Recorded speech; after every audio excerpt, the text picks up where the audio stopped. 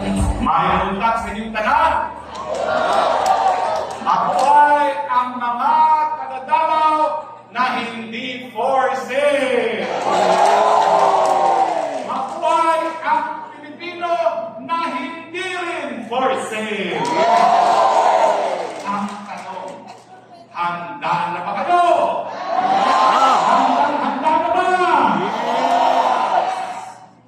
Sabi ko kay Kapsek, dahil hindi ako Bisaya, anong ibig sabihin ng ating title na hakbang?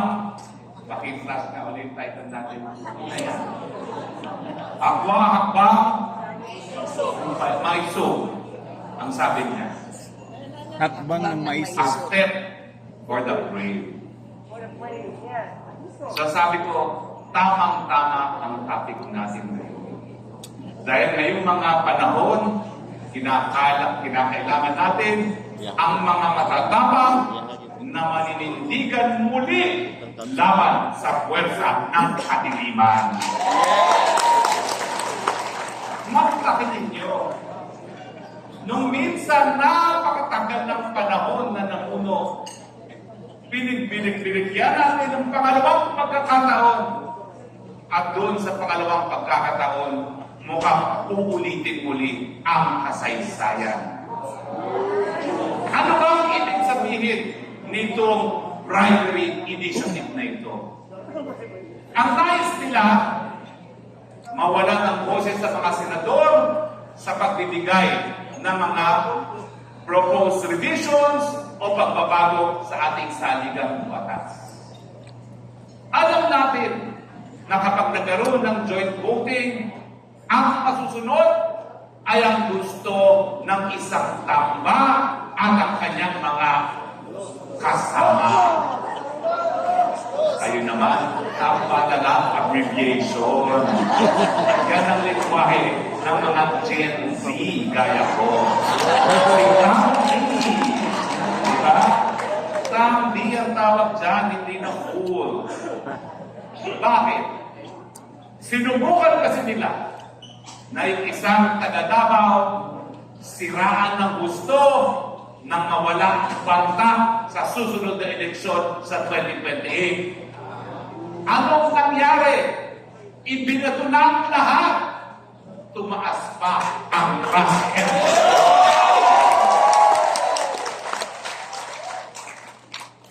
Pinagkaisahan, linait. Pero ngayon, sa survey, lumamang pa kaysa sa pinakamalapit na kalaban na taga-Senado. Ang sinabi, anong nangyari? Tumaas din siya. Dahil ngayon, from 0.3, 0.8 na siya. Kaya ngayon, kung hindi mananalo sa eleksyon, buwagin ang presidente, palitan ng prime minister na ang mga magboboto ay kasama niya sa Tambi Incorporated. Ang tanong, payag ba kayo? Payag ba kayo? Hindi lang yun.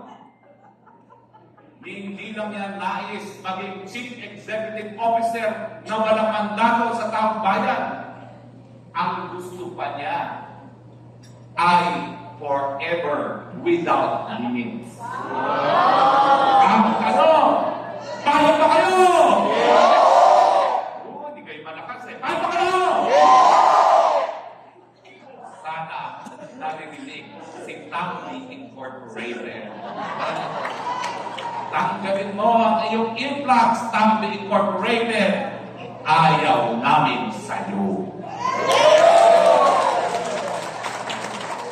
Kapag nagtagumpay ang kanilang ninanais na magpasasa sa posisyon habang buhay, asahan ninyo ang mga leaders na narito ngayon handa makipaglaban para protektahan ang demokrasya. Kaya magtanong ulit, handa na ba kayo? Handa na ba kayo makibaka? Handa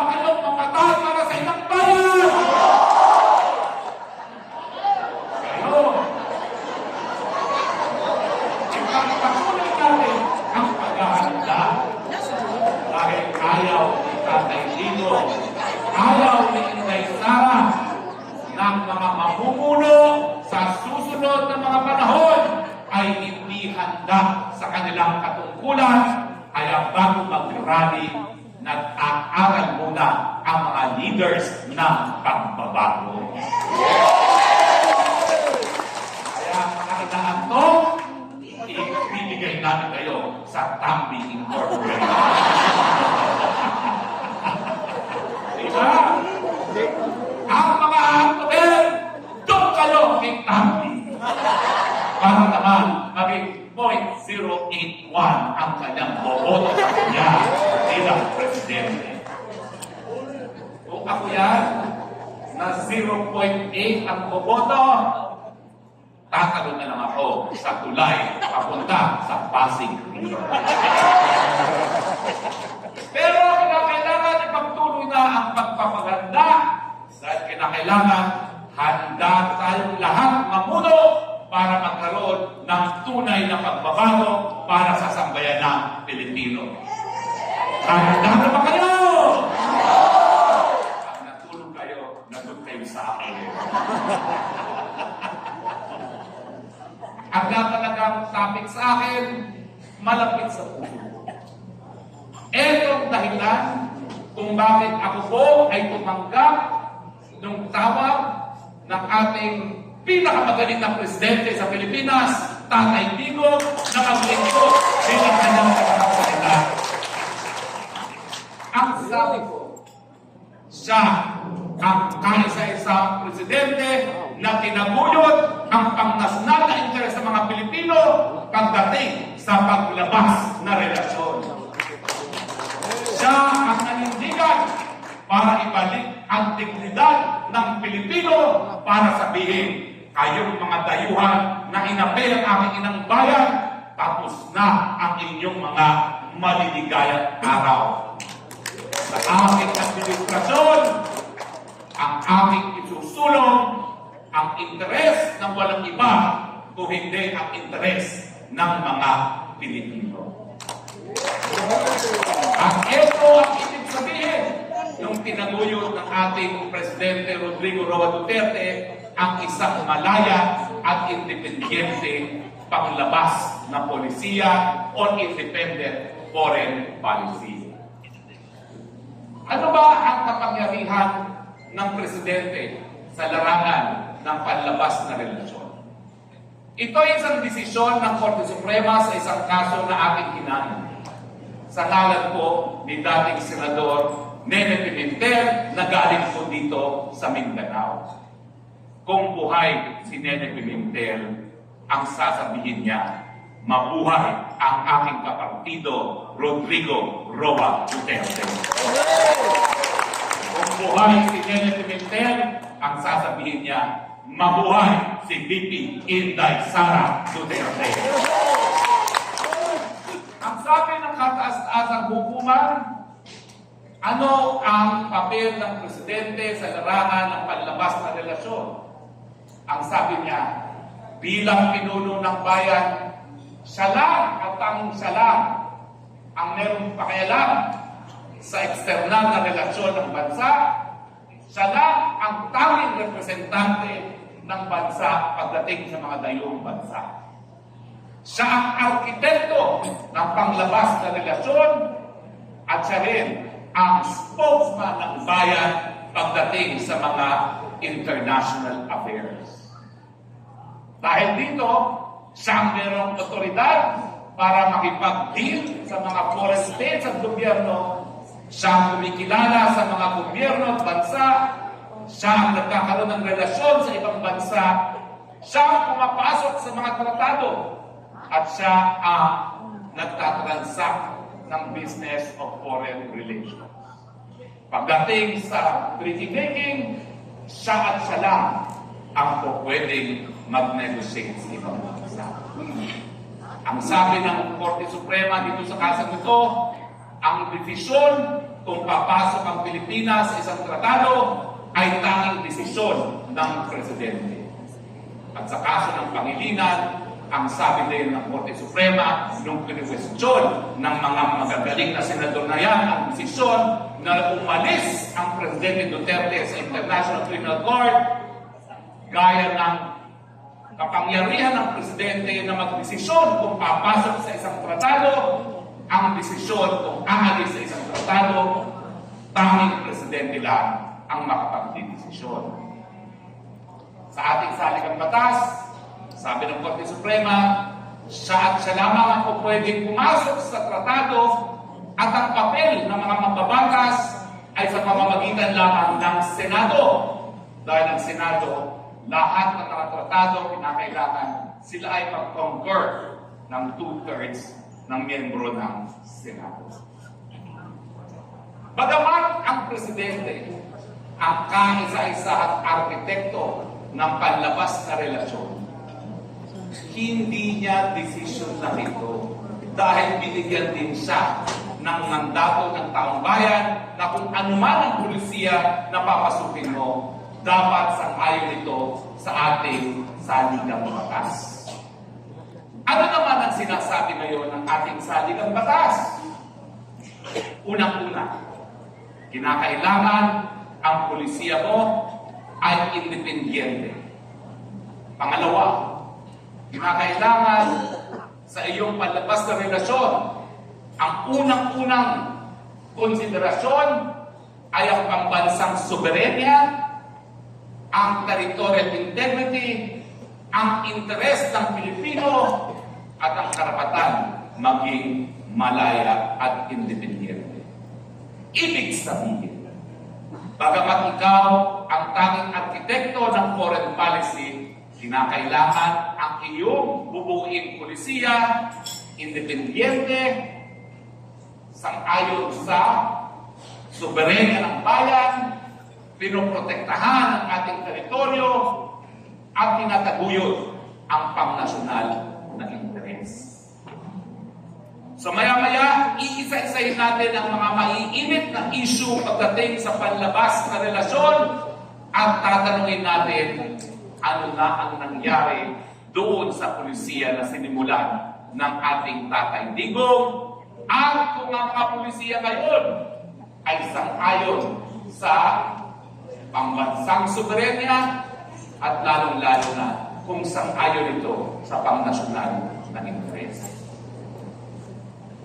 Meron pang pangalawang probisyon na naglilimita sa anong pwedeng gawin ng Presidente sa panlabas na relasyon. Ito po ay nagsasabi na ating tinatakwil ang gera o paggera bilang instrumento ng ating pangnasyonal na pulisiya at tinatanggap natin ang mga prinsipyo ng panglabas na batas o international law bilang kabahagi ng ating batas para bagang sila'y domestic na batas. At tayo po ay sumasakayon sa pulisiya ng kapayapaan, pagkapantay-pantay, katarungan, kalayaan, pagtulungan, at pagkakaibigan sa lahat ng bansa. Isa-isahin natin ngayon ang mga issues at ikumpara natin ang pulisiya ni Tatay Digong at ni PBBM. Noong una, ito po ay unang buwan ng Hunyo, matapos manumpa ang PBBM, siya po ay nagsalita sa isang ulo, Executive Secretary pa, si Secretary Vic. Pasensya na kayo, hindi ko na kayo nabati, mga kasama ko dito ha. Excited kasi ako eh. Excited ako kung malaman na, handa na ba kayo? Ang dali pa lang ako, hina na yung sumagot, naandok na kayo ha. Handa na ba kayo? Ang sabi niya, wala daw magiging pagkakaiba sa panlabas na relasyon. Ang sabi niya, pinaka-importanting partner pa rin natin ang ating kapitbahay na China. Buo naman ang tiwala ko na palibasa naging mabuting relasyon natin sa China bagamat tayo may sigalot na ito nga po ay magkakaroon ng katuparan. Hindi ko po alam ang nangyari, pero matapos po ang kanyang pag-address sa United Nations sa New York at bumalik ng Pilipinas, na iba na po ang ihip ng hangin. Matapos yung kanyang pagtatalumpati sa United Nations, ang tawag niya sa mga nagnanais na mabuting relasyon sa China, mga traidor. Lahat ng susuporta sa China, hindi raw nagmamahal sa bayan. At siyempre, nagulat ang lahat dahil bagamat sila mismo ay nabudol ng mga Amerikano na nung minsan dadalhin daw sila sa Ilocos at dinala naman sila sa Hawaii, abay ang kanyang naging BFF ngayon ay mga Amerikano. Ano kayo ng pagkakaiba ng pulisiya ni Tatay Digong at ng PBBM pagdating sa Amerika? Si Tatay Digong kasi ay estudyante ng kasaysayan. Alam niya na mayroong interes ang Amerika sa Pilipinas nang tayo'y binili nila mula sa mga Espanyol sa panahon na tayo po ay nakapagtatag na ng kauna-unahang republika sa buong Asya, ang Republika ng Pilipinas. Yung isang papel na isinulat ko, ang sabi ko na, pwede bang ibenta ng Espanya ang Pilipinas? Ang sagot, well, siguro pa pwede. Pero noong mga panahon na yun, na nagdeklara na tayo ng ating kalayaan sa mga Espanyol, anong nabili ng Amerika? Siguro Intramuros. Kasi noong mga panahon na yun, ang mga Kastila nasa Intramuros na lamang. At ang buong Pilipinas ay nagdeklara na ng kanilang kalayaan mula sa mga Espanyol. Pero alam niyo ba, nung bumisita si President Trump dito para sa ASEAN Summit, rinig na rinig ko na sabi ni President Trump, the best decision, the best real estate decision we ever made was when we purchased the Philippines. Pumunta po sila rito, binili nila tayo. Bakit? Unang-una, alam nila na kinakailangan nilang magbenta, magkaroon ng merkado para sa kanilang mga kalakal, lalo-lalo na dahil ang Asya ang pinakamaraming mga populasyon. Ang target nila talaga ay ang China. Dahil ang China nung paman, ang pinakamalaking populasyon na. At paano nila makukuha ang China kung wala silang entry point kumbaga? So yung desisyon na bilhin tayo dahil tayo po ang susi para makapasok sila sa Asya at sa China.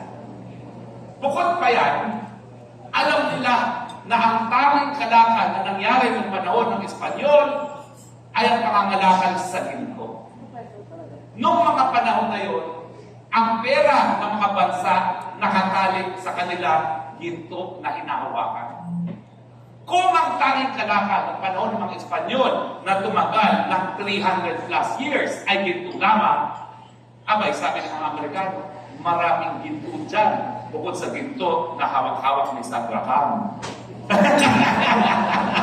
Nasuot-suot ni Sandra Cam. May ginamang ginto dyan. Ang totoo naman po, ang Pilipinas nangunguna pa rin sa buong mundo sa ginto. So meron silang interes dun sa strategic importance ng Pilipinas, meron silang interes sa natural resources ng Pilipinas, lalong-lalo na sa natural resources ng Mindanao, na sa ngayon nangunguna sa produksyon ng ginto, nangunguna sa produksyon ng nickel na ginagamit nila ngayon para sa electronic vehicles. So ang sabi ni President Trump, that was the best real estate decision that America ever made. Kaya nga tayo nagkalma at lumaban, gaya ng lumaban tayo sa mga Espanyol, sa kasaysayan ng buong mundo. Yan po ang pinakamalalang paglabag sa umiira na batas pag meron digmaan, ang batas ng pangtao o international humanitarian law. Bawal targetin ng mga sibilyan sa panahon ng digmaan. Ang ginawa ng mga Amerikano, patayin ang lahat na may buhay sa samar, pati aso at pusa. Bawal targetin ang mga sibilyan ng mga infrastruktura, mga infrastruktura na kinakailangan para mabuhay ang sibilyan na populasyon, itinagin pa rin nila pati ang mga supply ng tubig para mauhaw at mamatay na sa uhaw ang mga Pilipino. Sa katotohanan, ginawa po nila ito. Linason pa nila ang mga pinanggagalingan ng tubig ng mga Pilipino. At siyempre, bago patayin, ginahasa muna ang ating mga kababaihan. Alam po yan ni Tatay Digong, kaya paulit-ulit niyang sinasabi na ang digmaan sa palit ng Pilipinas at ng Estados Unidos ang isa sa pinakamadugong digmaan at ito ang pinakamalalang paglalang sa batas na pagtao na umiiral kapag mayroong labanan. Hindi pa po nababago yan, bagamat second runner-up na ngayon ang pagbomba ng Israel sa Gaza Strip. Pero second place pa lang sila, Pilipinas pa rin ang pinakamalala.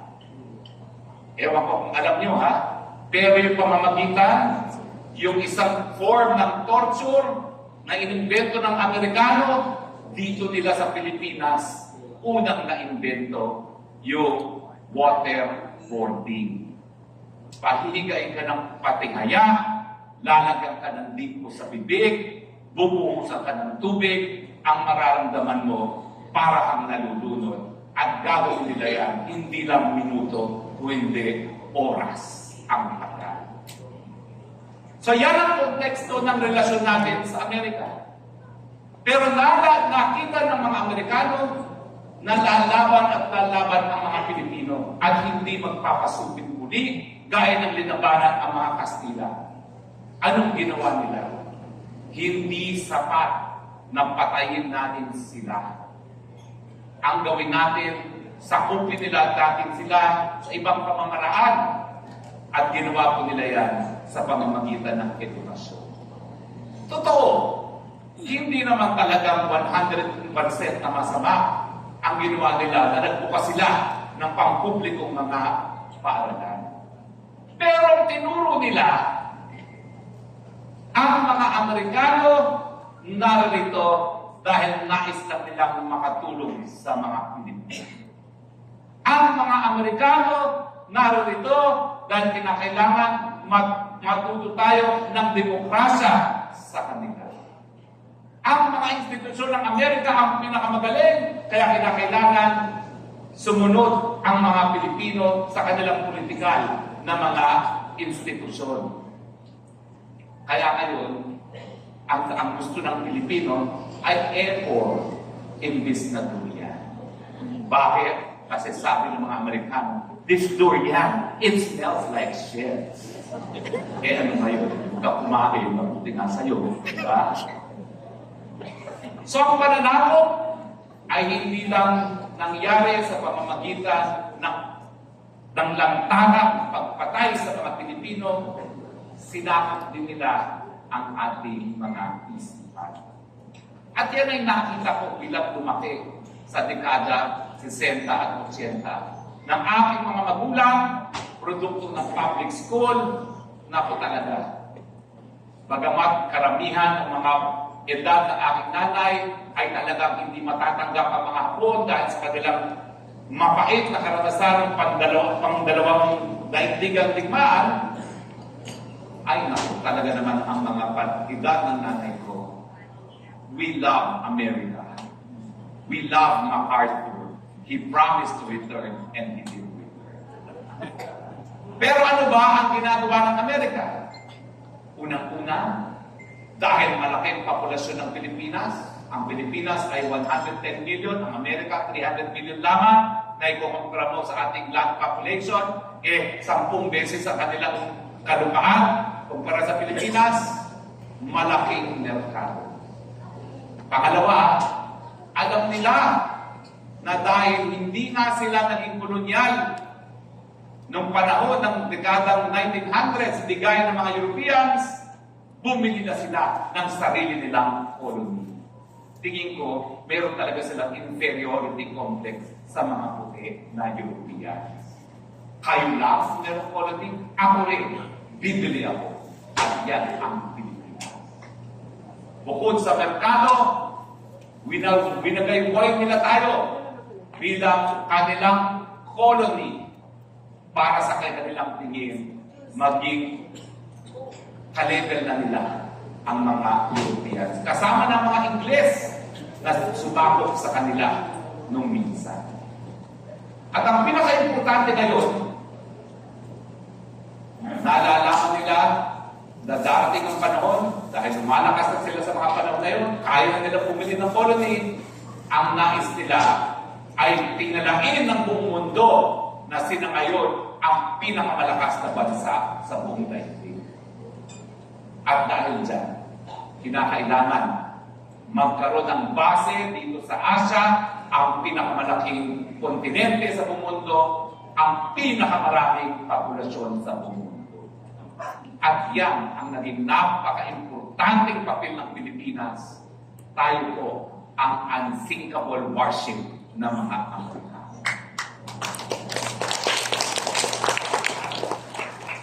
Hindi naman nagtagal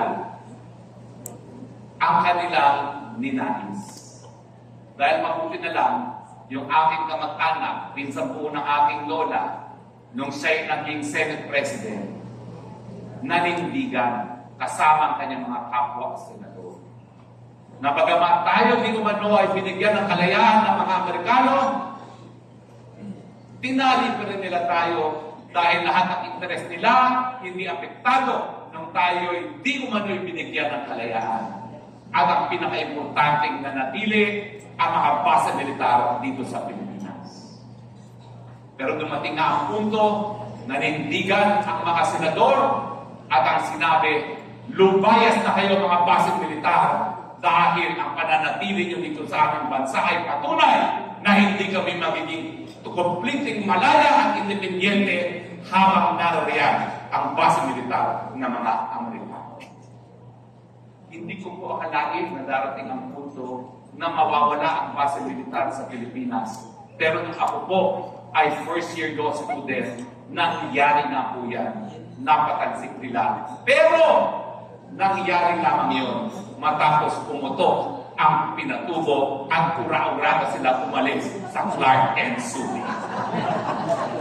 Buti nga sa kanila, binutukan sila ng bulkan. Pero hindi po nagtagal. Sandali lang po yan. Dahil yung mga unang nakinabang sa mga dayuhan, yung mga nagnakaw ng mga ginto na dapat sana ay gagamitin sa revolusyon, nakabalik sa kapangyarihan.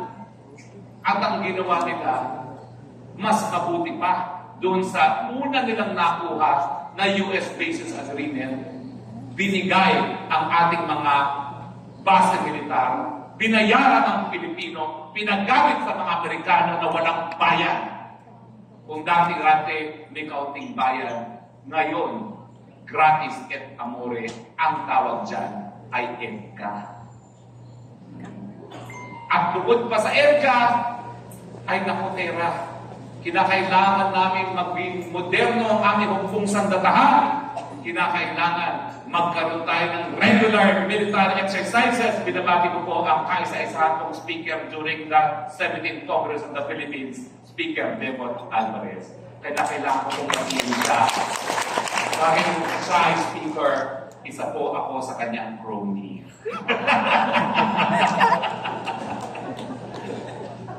Nasaan na ako?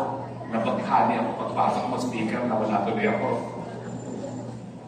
So ang tawag nila ay EDCA. At bukod pa dyan, nagkaroon ng Visiting Forces Agreement. Nagkaroon na naman tayo ng mapait. Nagkaroon na saan dyan sa Visiting Forces Agreement na yan. Dahil nanggahasa ang isang sex addict na marino Amerikano, abay, para siyang Panginoon na hindi mapaparusahan sa ayon sa batas ng Pilipinas. Bakit? Dahil siya ay isang Amerikano. Hinawakan ko nga yung kaso na isang Filipina transgender na dahil libog na siya ay nagbayad dun sa isang tao na nabighani naman siya. At ang sabi niya, bagamat siya ay nabighani, nung meron siyang nakapa na hindi dapat naroon, nang dilim daw ang kanyang paningin. Kaya inilubog niya ang ulo sa arinola hanggang tuluyang mamatay. Tama ba yun? Hindi naman siya rinig ng Pilipino yun. Siya naman ang nagbayad pa nga. Hindi pa nga talagang tuluyan na consensual ito. Abay siya na nga yung humingi, siya na nga yung nagnais, siya pa ang pumatay.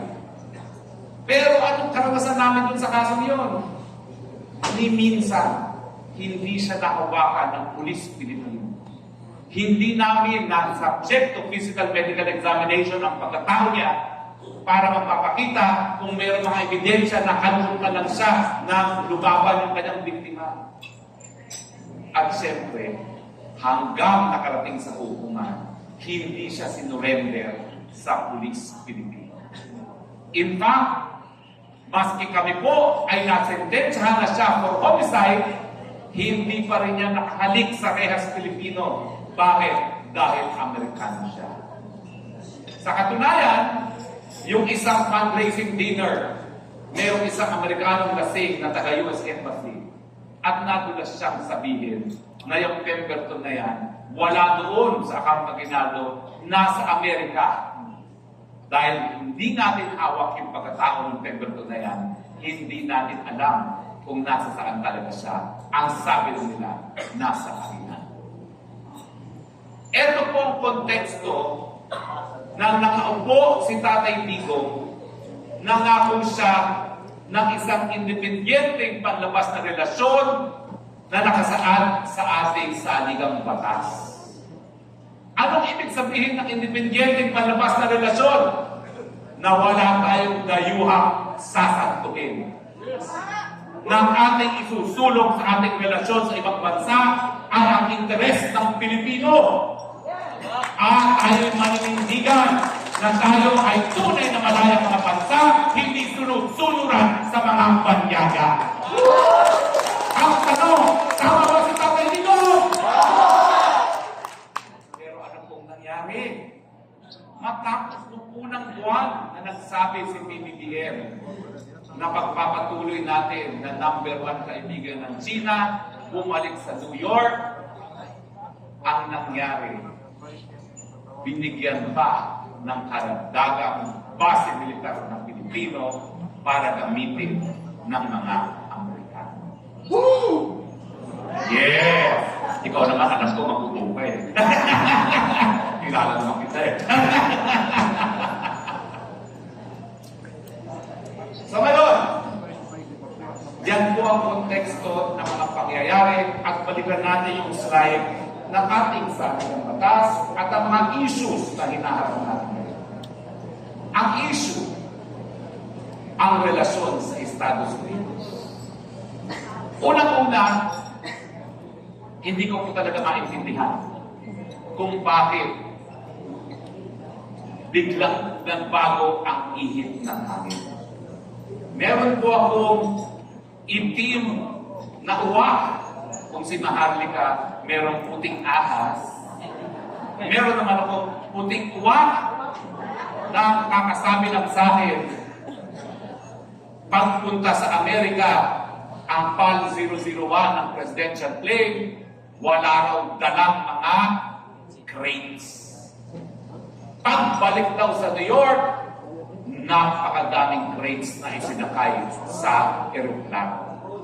Ang tanong, ano ang naman mga crates yun? At yan, ang dami puro naman yun. Sobra naman kayo. Bilyones na, trilyones na halaga nun. Hindi naman nilalagay sa crate ng pulburon. Crates eh. Nilalagay lang yun sa handbag kayo talaga. Yan yung nilalagay sa handbag. Pero yan po ang konteksto na nagbigay ng base militar. Ang sabi nila, at ito ang susunod na issue, ay dahil daw sa West Philippine Sea.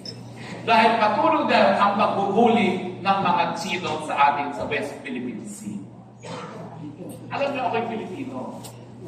Siyempre, pag sinabi ng mga taong gobyerno na binubuli tayo ng China, magagalit ako. Pero ano po talaga ang sitwasyon? Ang sitwasyon, meron tayong pinag-aagawang mga isla na kinakailangan merong hukuman na magdesisyon kung sino ang may titulo dyan sa pinag-aagawang isla na yan. Pero ang sabi nila, panalo na lang tayo sa arbitration. Bakit? Ano ba pinalunan natin sa arbitration? Ang pinanalunan natin sa arbitration ay upo lamang sa mga karagatan. At ang importanteng panalo natin doon, nung sinabi ng arbitration na there is no such thing as maritime territory based on historic claims.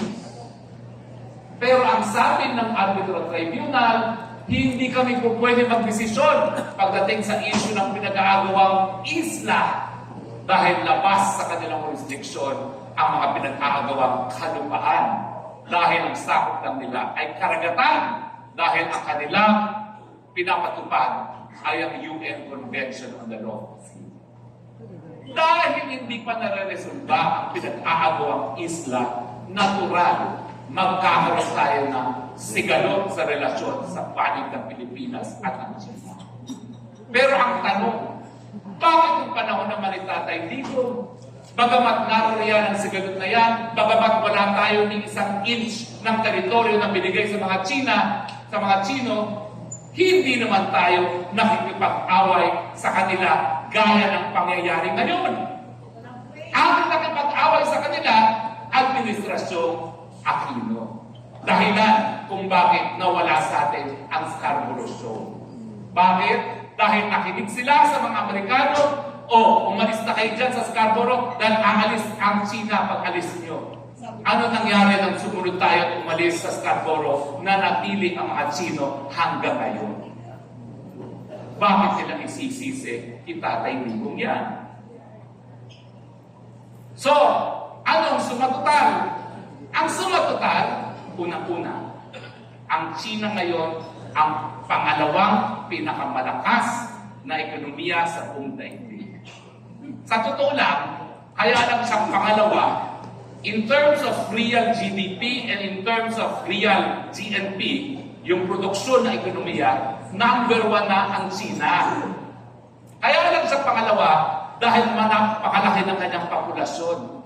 So pangalawa siya in terms of per capita, kada populasyon. Yan ay realidad. Pangalawa, kapitbahay natin yung China.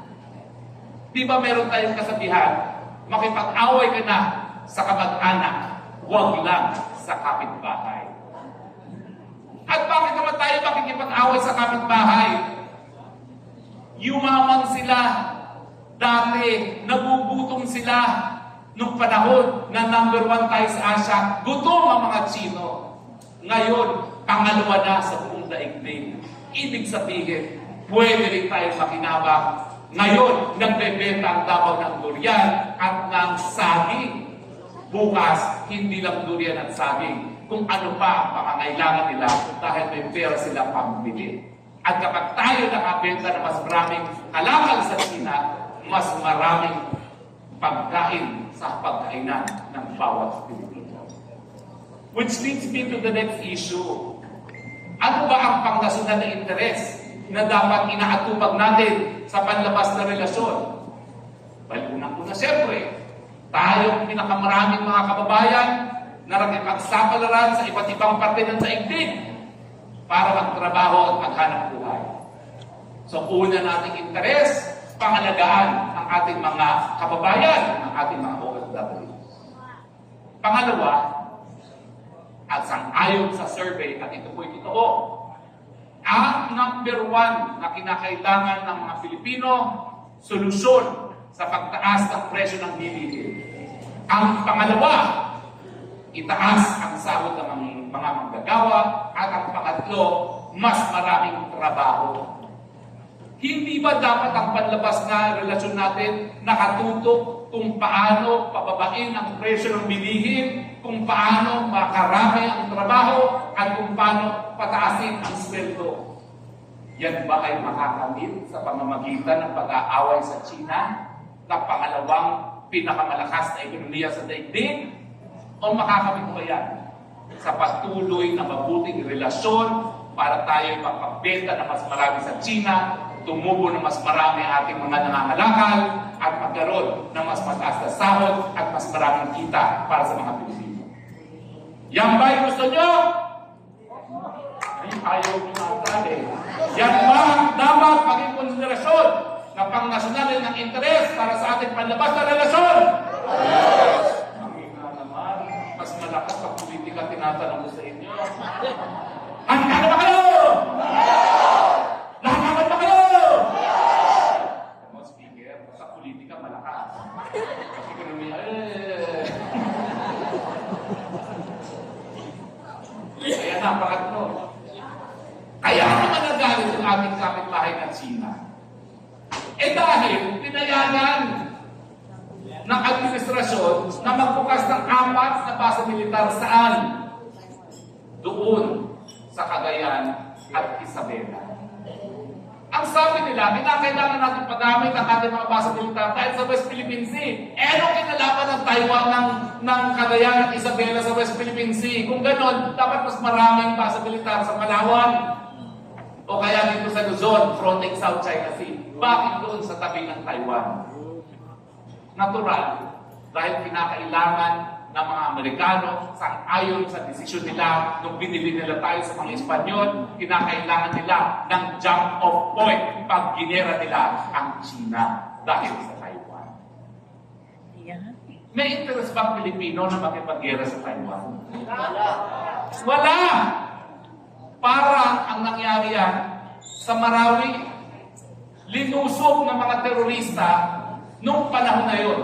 Meron ba tayong karapatan na girahin ang mga terorista dyan sa Marawi? Meron ba? Wala? Meron! Kapag ang Taiwan nagdeklara ng independensa sa China, meron bang karapatan na lusubin ng China ang Taiwan? Meron. Gaya na sinusupin natin ang mga mandirigma ng MILF at ang NLF na nais ding magkaroon ng independenteng bansa dito sa Mindanao. Pero sabi nga ni Speaker Alvarez, kung ipagpapatuloy itong hidwaan sa China, mas mabuti nga siguro pagdeklara na ng independenteng Mindanao. Tutol ako dyan. Kasi ibig sabihin, magiging dayuhan na si Tatay Digong at Inday Sara Duterte. At it's only because of that, tutol ako dyan. Sorry, Speaker. Ayaw ko maging dayuhan ang mga Duterte sa Pilipinas. Ganyan din ang pagtataka ko kung bakit sa kabila ng napakadaming Pilipino na naninirahan sa Israel, sa Lebanon, sa Iran at sa Iraq, at sa Saudi Arabia, mantakig mo matapos ulbusin ng Israel ang mga Palestino sa Gaza Strip at nagkaroon ng butuhan sa United Nations kung dapat nang itigil ang pagbubomba ng Israel sa Gaza, abay ang gobyerno natin nag-abstain. Hindi ba habang naroon ng mga Pilipino, kinakailangan maprotektahan at tanging paraan na sila dapat pwede maprotektahan kung itigil ang putukan doon? Bakit nag-abstain? Wala kasing bayan. Wala daw kasing bayan. Masisensor ka ng MTRCB. Masensor na kami sa SSS style.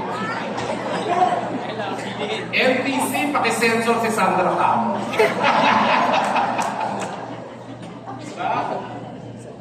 At huli sa lahat, sabi kasi ni Kapsek Ibasco, take your time. Kasi alas 4 pa si PRD darating. Bakit? Kung alas 4 pa si PRD, aalis pa tayo? Kapsek Ibasco, miski alas 5 pa dumating si PRD, mag-aantay kami. Tama mali! Pero napakahirap naman ito. Sabi niya, niya, habaan mo, sasabihin mo. Meron pa namang Glenchong eh. Meron pang Glenchong mamaya. Si Glenchong maraming balita yan. Dahil kaibigan niya ni Maharlika. Glenchong, isang oras, i-google mo sa mga balita sang ayon si Maharlika. Isang oras, i-google mo sa mga balita galing sa'yo. Pwede ba yan? Gusto niyo ba yan? Sayang wala rin si Maharlika. Namimiss ko yung basto ni Maharlika na ipapalo sa ulo ng mga nagsusulong na primary initiative. Umanap na tayo ng mga basto natin sarili at pupukin natin silang lahat. Okay? Uli, international criminal. Ano ba yan po niya? Wala po talaga ay isang hukuman na hindi po yan nabuo kung hindi dahil sa Pilipinas. Yan po totoo. Nung matapos po ang pangalawang pandaigdigang digmaan, isa po tayo sa mga naglitis sa mga Hapon. Dahil sila po ay nanarget ng mga sibilyan, yung aking mga kliyente comfort women, ginahasa, bago gahasain ng mga kababaihan, tinipo ng lahat ng kalalakihan, ng mga matatanda at bata, dahil nilang naiwan sa Candaba, Pampanga, lahat ay lumaban sa Hapon, kinulong sa simbahan, sinindihan ng simbahan para mamatay lahat ng kakalakihan. At matapos ang digmaan, limitis po natin sila. Ang problema, sabi ng mga Hapon, excuse me, linilitis nyo kami for war crimes, nasan sa batas ninyo ang war crimes? Totoo naman. 1990s na lang, nagkaroon tayo ng international humanitarian law. Pero as early as the 1940s, yan ang depensa ng mga Hapon. Di nyo kami pwedeng litisin dahil wala kayong batas na ginawang kriminal ang pananarget sa sibilyan. Sa kauna-unang panahon, nauna pa sa desisyon ng Nuremberg Tribunal, ang sabi ng Korte Suprema, wala man kaming lokal na batas. Merong bansang umiiral sa buong daigdig. Yan ang batas makatao, international humanitarian law, at dahil pinagbabawal sa batas makatao ang pag-target sa mga sibilyan, o pwede kang makulo, o pwede kang masentensya ng kamatayan dahil linabag mo, General Yamashita, itong batas makatao. Yan po yung kauna-unahang desisyon na miski walang lokal na batas, kung pwedeng mapatawan ng parusa, pati na ng parusa ng kamatayan, ang mga leader militar na siyang gumawa ng mga krimen laban sa mga sibilyan.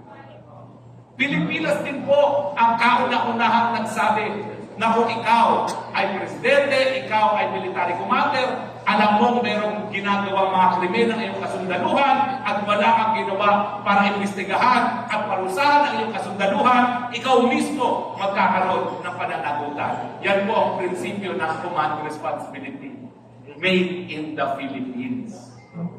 Kaya kung wala po ang Pilipinas, walang international criminal court. Pero yung tayo po ay sumapi dyan at tayo naging aktibo sa usapin ng pagtatatag ng International Criminal Court dahil nga sa katunayan at dahil sa kasaysayan na tayo nagbigay ng mga prinsipyo nito sa buong daigdig, kinopya ng mga dayuhan, nanindigan tayo na ang pagpaparusa sa mga gumagawa ng pinakakalumad-lumad ng mga krimen dapat sa buong daigdig, yan ay dapat linisin muna ng mga lokal na hukuman. Bakit? Dahil sa prinsipyo ng soberenya, sa prinsipyo ng jurisdiction. Alam niyo, ang konsepto ng soberenya, yan ang ibig sabihin niya, lahat ng kapangyarihan na po pwedeng gampanan at gawin ng isang malayang bansa. Ang isa dyan sa kapangyarihan na yan, na sakop ng soberenya, ay yung tinatawag na jurisdiction. Yung kapangyarihan na unang-una gumawa ng batas, magpatupad ng batas, at siyempre, magparusa kung merong krimen na gagawin sa kanyang teritoryo. Ang soberenya at ang jurisdiction, seloso, hindi po pwedeng i-share sa iba. Kaya ating tinatawag dyan, ang soberenya ay exclusive to the exclusion of foreigners. At yan pong dahilan kung bakit ang Pilipinas at ang buong daigdig na sumapi sa International Criminal Court ay sumapit dahil alam nila na ang International Criminal Court ay court of final recourse. Kung hindi lamang gumagana ang lokal na hukuman, tsaka po pwedeng gumana ang International Criminal Court. Ang problema, yung kalaban nating mga terorista, dahil gusto nilang mapahiya ang ating Tatay Digo, nagdemanda dun sa International Criminal Court. At dahil ang International Criminal Court naman ay hukuman ng mga puti, at dahil galit sila sa isang hindi puti na nanindigan sa independensya at kalayaan, lalong-lalo na ng mga taga-third world gaya ng Pilipinas, nagsabwata at nagsabi, sampulan natin ito kasama ng mga leaders sa Africa. Dahil nagreklamo ang mga Afrikanos na sila lang ang pinupuruhan ng International Criminal Court. At yan po ang dahilan kung bakit si Tatay Digo ang kauna-unahang hindi Afrikano na inimbestigahan ng hukuman na yan. Dahil nais nilang pasinungalingan na tanging mga itim lang ang tinatarget ng ICC. So dahil tinarget nila si Presidente Digong, o ayan meron ng hindi itim na tinarget ng ICC. Sa mula-mula, malinaw naman yung PBBM na kapag tayo'y nakipagtulungan sa ICC, ngayong tayo'y bumitiw na, yan ay magiging paglabang sa ating soberenya dahil bilang isang malayang bansa, tanging Pilipinong hukuman lamang at tanging mga Pilipinong piskal lang ang pwedeng maglitis sa krimen na pinaparusahan ngayon ng bansang Pilipinas sa pamamagitan ng international humanitarian law. Yan po ay 7 buwan ang nakakalipas. Imbitado pa ako sa meeting at ako lang po ang hindi taong gobyerno na nag-attend. Dahilan kung bakit pinabayad ko pa siya ng 20 pesos para hindi ko maisabi sa labas kung anong nangyari sa pagpupulong ngayon. Dahil ako lang yung hindi covered ng executive privilege. Bawal i-discuss o isa publiko ang mga pinag-ausapan ng mga miyembro ng gabinete kasama ang presidente. Pero 7 buwan ang nakalipas na bago ang ihip ng hangin. Bakit? Isa-isahin ko sa inyo mga pangyayari. Unang-una, nagkaroon ng marites na si PGMA daw ay nagpapapirma ng impeachment laban kay PBBM di umano dahil sa pinirmahan niya pagpayag na 3 kumpanya lamang ang mag-angkat ng asukal. At pinarating ang asukal bago pa lumabas ang sugar order. Dinagdagan ko yan kasi sa dokumentong nakalap ko, ang nagrekomenda na mag-angkat ng asukal ay 3 kumpanyang din yun. Tunay na masaya. At ang sabi ng mga bibwit sa loob ng Malacanang, na itago nating dating mga tao na hanggang ngayon ay nasa Malacanang, Mr. Speaker daw ang nagpapirma. Speaker kasi ang speaker para lamang sa gaya ni Bebot Alvarez. Para sa mga tambi, Speaker sila.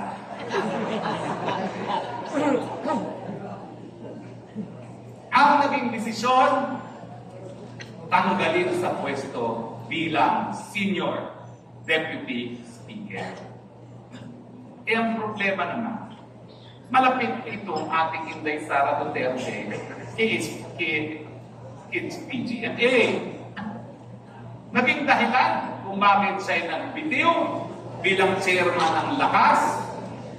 At talaga namang hindi niyang partido yun. Ang tunay niyang partido, nasa Davao, di ba? Nasa Davao ang kanyang tunay na partido. Ang naging dahilan para siya magdeklara sa Instagram na yung isang mama ay tambal. Pero kayo mga taga-Davao na naintindihan ang tambaluslos, tatanungin kayo. Totoo bang tambaluslos siya? O hindi? Mukhang hindi convincing. Totoo bang tambaluslos siya? Yun naman pala, totoo ba't ka magandali?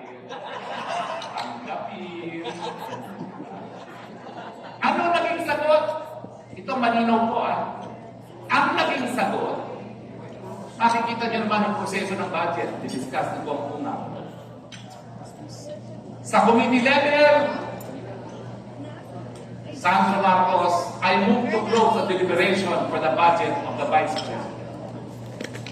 Sa plenaryo, I move to close, Congresswoman Zamora, the deliberation for the budget of the Vice President. Sa third reading, it is been approved.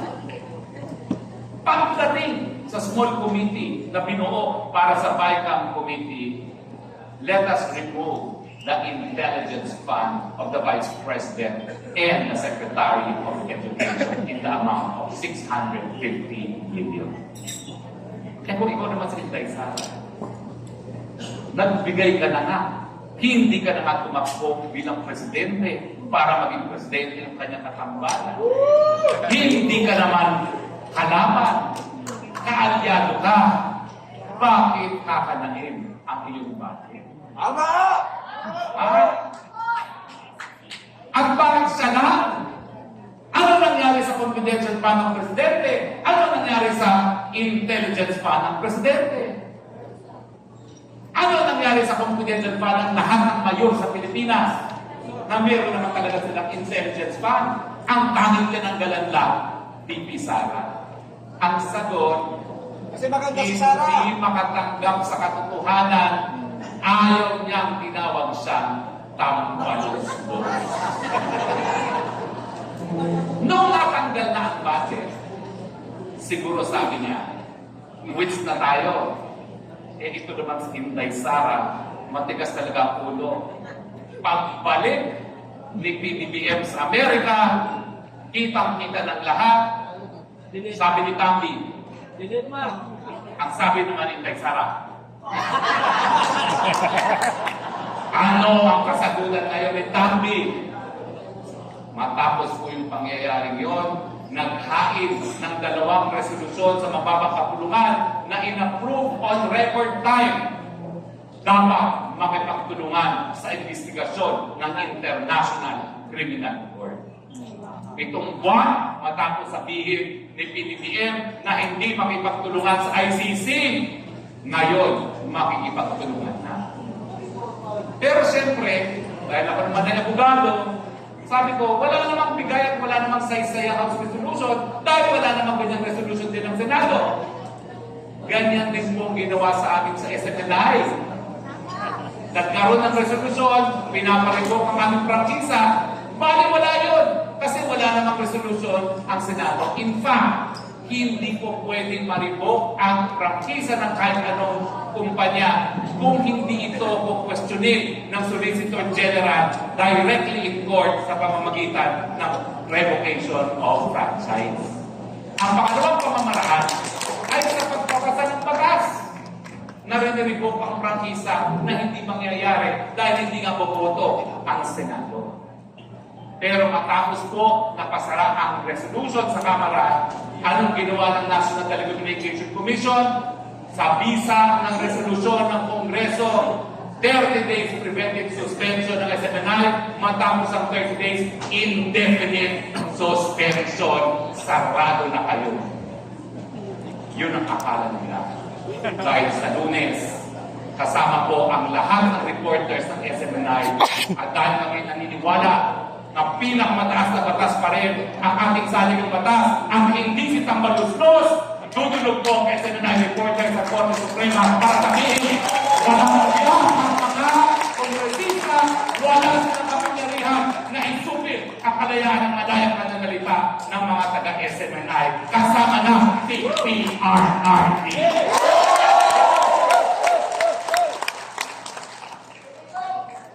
So yan po ang mga pangyayari.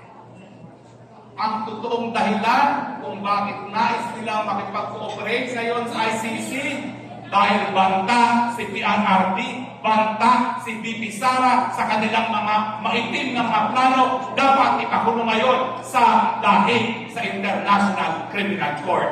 Ang tanong, Pilipinas, hindi lang mga taga Davao, papayag pa kayo ipakulong si PRRD at si VP Sara sa dahig?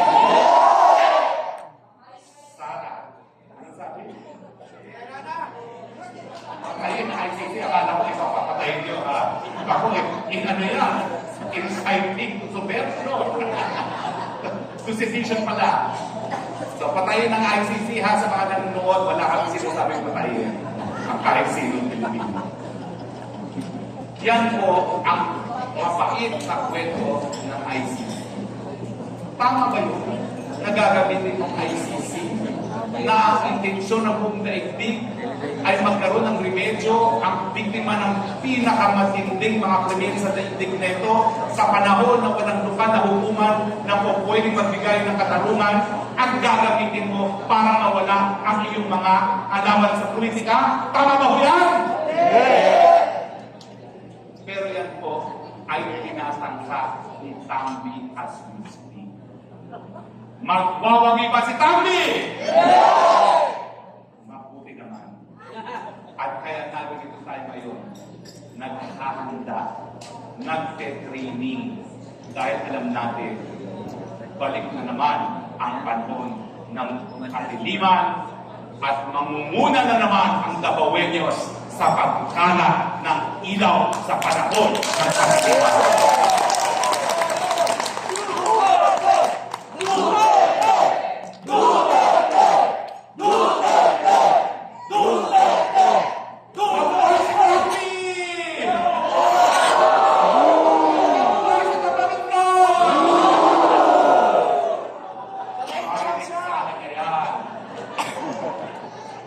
Mahal niyo ba si Tambi?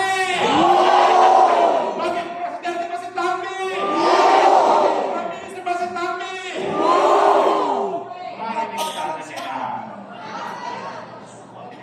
Pero, sabi malat na ako. Nakaisang oras na ako. So ngayon, tatapusin ko na sa pagbibigay ng pasasalamat, lalong-lalo na sa mga Dabawin. Una, maraming salamat na pinahiram niyo sa amin ang inyong mayor na nagbalik na kapayapaan sa mga komunidad sa buong bansang Pilipinas. Maraming salamat dahil pinahiram niyo sa amin ang inyong presidente na naging dahilan na umusbong ang ekonomiya ng Pilipinas. Maraming salamat dahil pinahiram niyo kami na yung mayor na nagbalik ng dignidad ng bawat Pilipino sa buong mundo. At maraming salamat dahil pinahiram niyo sa amin ang iyong mayor na siya namang nagbigay ng susunod na presidente ng Pilipinas. Abuhay mo ang mga taga-Davao! Abuhay mo ang bansang Pilipinas!